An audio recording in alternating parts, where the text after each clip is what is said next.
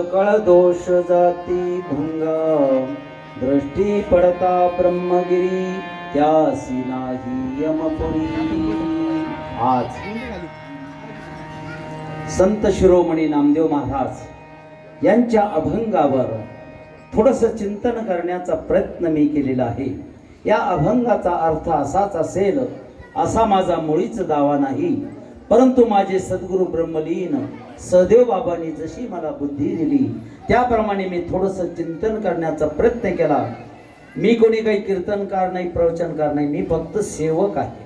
फक्त निरपेक्ष सेवा माझी चालू आहे, फक्त एवढंच, बाकी काही नाही. म्हणून झालेली सेवा पंढरीश पांडुरंगाचे चरणी, तसेच माझे सद्गुरु ब्रह्मलीन सहदेव बाबांच्या चरणी सेवा समर्पित करून सेवेला पूर्ण विराम. ज्ञानेश्वर नावले ज्ञानेश्वर